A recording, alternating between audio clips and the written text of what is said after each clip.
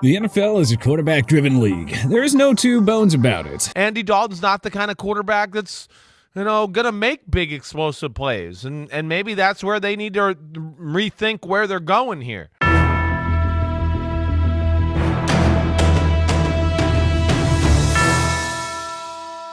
Not all quarterbacks are created equal. So let's take a look at 9 starting quarterbacks who won't be starting for much longer, as they appear to be next in line to lose their job. Starting off in the Big Easy, where it looks like a lock that Andy Dalton loses his job as QB1. Frankly, I'm kinda shocked that it's taken this long. Yeah, he's won a couple of games, but that Saints team is going nowhere, and let's face it, at this point, we all know who and what Andy Dalton is. And that is not the franchise quarterback for the New Orleans Saints, or really any NFL franchise. It would be great to see Dennis Allen insert Jameis Winston back under center now that he's all healed up. I lost my job due to injury. Yeah. And the policy has always been you don't lose your job because of an injury. And that's what happened. Besides, Winston, whose demeanor is usually jovial, bordering on clownish, is apparently an emotional wreck about losing his job after getting injured early in the season. It hurts my soul. And that's all I can say. I mean, what more does Coach Allen really need to hear? Look, the Saints are boring and bad. It is time for some change. Hopefully, it won't be much longer before Allen realizes this and puts Winston back in his rightful place under center for the Saints. Next up, we head to Indy, where Jeff Saturday is going to learn rather quickly why Frank Reich was so quick to pull the trigger on putting Matt Ryan in timeout. Ryan may be a former league MVP, but as a 37-year-old, it's pretty clear that he's no longer operating at the same capacity that he once was. Through 10 games, he is completing a high percentage of passes, right around 69%. But his ability to stretch the field and create plays has proven to be, well, extremely limited. His yards per attempt has dropped all the way down to 6.8, the lowest total since 2010, and a full 2.5 yards per attempt lower than his MVP season in 2016. Indy has made a nice little charge since Saturday took the wheel, winning 1 of 3 games while remaining competitive in their 2 losses. But I think that new coach adrenaline shot wears off rather quickly in the coming weeks. Ryan definitely isn't keeping the starting job past this season, but it also wouldn't surprise us to see Jeff Saturday roll with Sam Ehlinger or Nick Foles before this year is in the books. Ryan isn't the only veteran quarterback that is at risk of getting the rug pulled out from under him in the coming weeks. It looks to me that it's high time for 2 big-time stars in Derek Carr and Aaron Rodgers. Starting off in Green Bay, where the Packers invested a first-round pick in Jordan Love back in 2020, presumably for a reason beyond ticking off their off-mercurial franchise quarterback. With the way that this season is looking in Green Bay, not to mention Rodgers' recent admission about his injury status, it makes all the sense in the world for the Packers to give Love a shot. Even if they have no intent of moving on from Rodgers next season, it would be pretty nice to actually know what you have rather than just letting him sit until his contract expires. And hey, this is the perfect opportunity for it. Worst case scenario, he plays badly. The Packers continue to lose games, and they get a better draft pick next year when the time rolls around. Conversely, he could shine in this opportunity and Green Bay would know it has an heir apparent. Or if Rodgers bounces back next year, they could deal Love for some much needed reinforcements. Look, all that being said, it is very possible that we see Rodgers benched. It just makes way too much sense right now.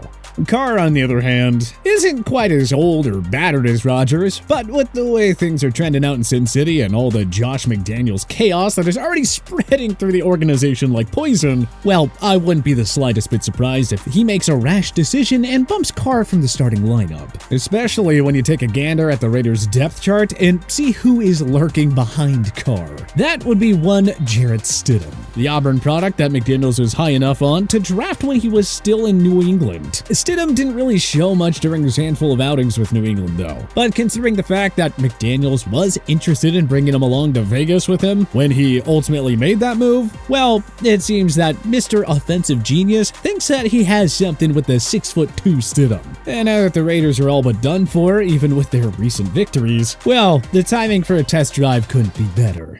Speaking of New England, we very may well see Mac Jones, McDaniels' other former protege, get benched in favor of Bailey Zappi. Now, that was a few weeks ago, and Mac Jones has bounced back relatively nicely. This is true, at least to the modest standards he's set since entering the NFL. And the Patriots are still in the thick of a very challenging AFC East divisional race, but more often than not, it feels like Jones is holding New England back. Sometimes, it's his inability to make decisive choices in crunch time. Other times, he's just mucking it up all game long. Make no mistake about it, these are the New England Patriots of yesteryear. You have to think that Belichick knows that there is enough talent on this roster to at least make it to the playoffs, once they get a little more consistent production out of the quarterback position. And once you consider the fact that Mac Jones has already gotten pulled once this year, who's to say that we don't see Bill decide once more that Bailey Zappi, their 4th-round pick from the 2022 NFL Draft out of Western Kentucky, gives them the best chance to win.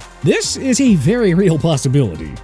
To round out the list of young quarterbacks we may see begin showing the pine in the coming weeks, let's hop across the country to New York, where it isn't imminent, but it is entirely possible that Daniel Jones gets jettisoned from his place on the depth chart. I know that the Giants have been one of the best surprise teams that everyone is talking about pretty much all season long. I mean, Saquon Barkley is back, Brian Daboll looked like an early Coach of the Year candidate and all that, but what's one very noticeable omission from all the hype surrounding the Big Blue team in New York? Well, yeah, there's not exactly a ton of chatter about their quarterback taking the next step, something that the team clearly felt that he was failing to do, as evidenced by their reluctance to pick up his 5th-year option ahead of this season. That means that New York didn't think a position that regularly costs a team $30+ million a year, that they did not think that locking Jones down for a $22.3 million price tag was a worthwhile investment. So, 3 questions emerge.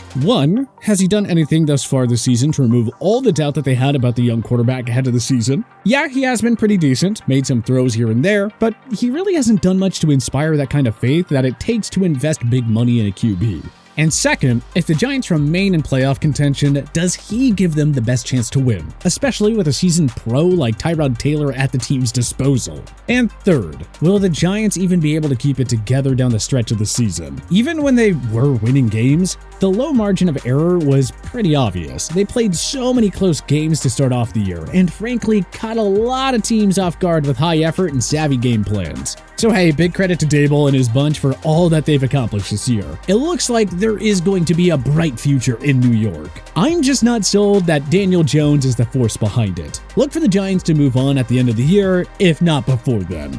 This is actually pretty similar to what's going on in Atlanta with Marcus Mariota. Despite their mediocre record, Atlanta is right on the cusp of making the playoffs in a weak NFC South. And if you have watched any of their games this season, it's pretty evident that while he is capable of making some plays, particularly with his legs, Mariota, like Jones, is holding his team back more than anything. Just ask any Drake London or Kyle Pitts fantasy owners. The Falcons have basically been allergic to throwing the ball, and you can't tell me that it's just a scheme issue. There simply has to be some consternation about what Mariota is really capable of doing as a passer on a regular basis. Furthering the point, Atlanta has a potential stud and 3rd-round pick Desmond Ridder waiting in the wings. I just wouldn't be shocked to see Coach Arthur Smith make a change as the Falcons try to push past Brady and the Bucs and seize the NFC South crown. And on the other side of that coin, well, if the season does fall apart, then the Falcons may as well turn around and give Ridder a shot at starting anyways. Better to see what the athletic young quarterback can do in action ahead of next year's draft.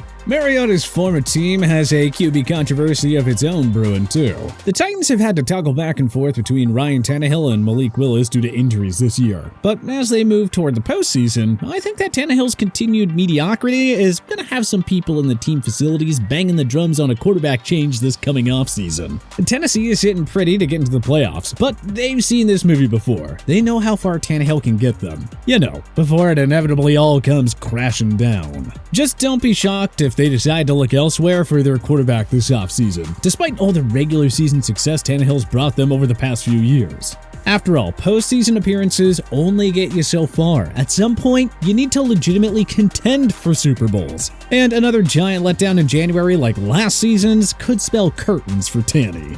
And last but not least, we head to the Motor City, where in what we can only assume would be a tear-filled, heart-wrenching conversation, Dan Campbell could look to bench Jared Goff. I know Campbell is a big rah-rah guy and all that, but sometimes you'd have to know when it's time to pull the plug. And though Detroit has made a nice little push there, stringing a couple of wins together, the fact of the matter is that this is not a particularly good football team. Now, I'm also not under the delusion that Nate Sudfeld is the guy, but there comes a point in the season when it pays to have the foresight to recognize that it isn't going anywhere, and you have to look forward to the next year's draft. And Jared Goff's job security may very well be the next victim of that principle, as benching him for Sudfeld would likely put the Lions in better position to draft Goff's replacement in 2023.